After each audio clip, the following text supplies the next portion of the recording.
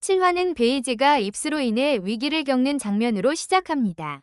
베이지가 자책하며 힘들어하자 가람은 치료법이 있다며 총을 들고 도망가 버리죠. 이지가 뒤쫓아오자 가람은 총을 럭비부에게 던져주며 숨기라고 합니다. 이 장면에서 가람의 행동은 단순한 장난이 아니라 무언가 더 깊은 의도가 숨어있는 듯한 뉘앙스를 풍겼습니다. 이지는 가람에게 병을 숨겼다며 따집니다. 가람은 말하려 했지만 중요한 경기식이라 차마 털어놓지 못했다고 하죠. 이지는 그럼 수술은 왜 안 받느냐라며 화를 내는데 가람은 럭비부 3학년에게 지금이 제일 중요한 시기라며 버팁니다. 결국 이지는 너 그러다 쓰러지면 럭비부도 3년 전 나처럼 망치고 싶어? 라고 따지며 감정을 드러냅니다. 이 대화는 가람의 희생정신과 이지의 불안감이 정면으로 부딪히는 장면이었죠. 이후 교장은 럭비부 감독이 구급차에 실려갔다는 사실을 듣고 화를 냅니다. 교감은 플레잉 코치가 입수에 걸리면 잘릴 수도 있다며 이지를 압박하죠. 하지만 이지는 오히려 당당하게 진단서 떼오겠다고 말하며 맞섭니다. 이때부터 이지의 자존심과 책임감이 더욱 크게 부각됩니다. 한편 성준의 가정사도 드러납니다. 성준의 엄마는 축구선수 동생을 위해 스페인으로 떠나기 전날 성준에게 너도 졸업하면 스페인 가서 동생을 도와라라고 말하죠. 하지만 성준은 나는 안 간다. 대학 럭비부에 들어가겠다며 자신의 길을 선택합니다. 이 장면은 성준이 더 이상 동생의 그림자가 아닌 자신만의 길을 걷기로 결심했다는 점에서 의미가 깊었습니다. 8화의 핵심은 문웅의 이야기였습니다. 문웅은 과거 학교 폭력에 시달리던 중 자신을 괴롭히던 아이에게 돌진했고 그 아이가 크게 다치는 사건이 있었습니다. 이 기억이 트라우마로 남아 태클을 하지 못하게 된 것이죠. 문웅은 경기에서 끝내 태클을 하지 못하며 팀을 위기에 빠뜨립니다.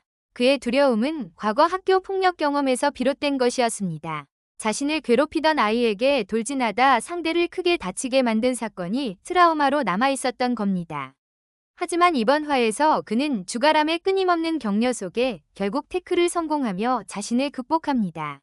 팀 동료와 함께 성장해 나가는 모습이 시청자들에게 큰 감동을 주었습니다. 주가람은 문웅에게 네가 태클하지 않으면 동료들이 다친다.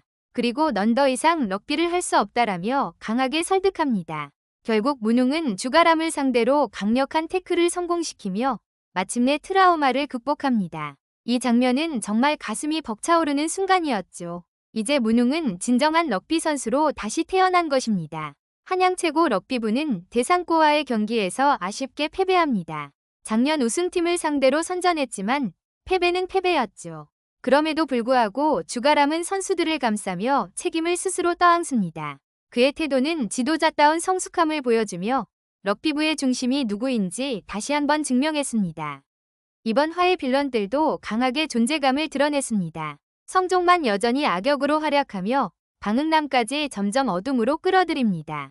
방응남 사실 선한 쪽으로 돌아올 것 같았는데 이번 화에서는 오히려 성종만의 영향으로 더 흑화되어 갑니다. 전낙균 부교육감의 지시에 따라 사격부 나설현을 위해 움직이면서 서우진의 추천서를 조작합니다. 이 과정에서 서우진은 부상을 당하고 베이지가 총을 꺼내드는 긴박한 상황까지 이어지죠.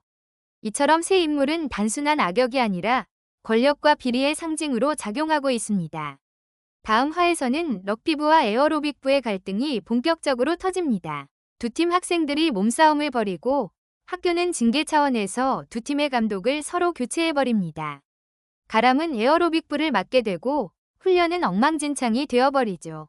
한편 베이지는 사격부 감독과의 갈등으로 힘들어하며 여긴 내 자리가 없는 것 같다고 고백합니다. 하지만 가람은 넌 그 사람이 없는 걸 가지고 있잖아라며 용기를 주죠. 바로 나 라며 뽀뽀하고 도망가는 장면이 예고편에 등장해 설렘을 안겼습니다. 그러나 그 와중에 서우진이 사라지는 사건이 벌어지고 베이지는 걱정 속에 위기를 맞게 됩니다. 문웅은 태클 트라우마를 극복했으니 다음 경기에서 확실한 활약이 기대됩니다. 서우진은 전낙균의 조작을 어떻게 폭로할지 혹은 어떤 방식으로 반격할지가 관건입니다. 베이지는 총을 꺼내며 입술을 극복하려는 모습을 보였습니다. 과연 실제로 방아쇠를 당겼을지 그의 서사가 전환점을 맞이할지 주목됩니다.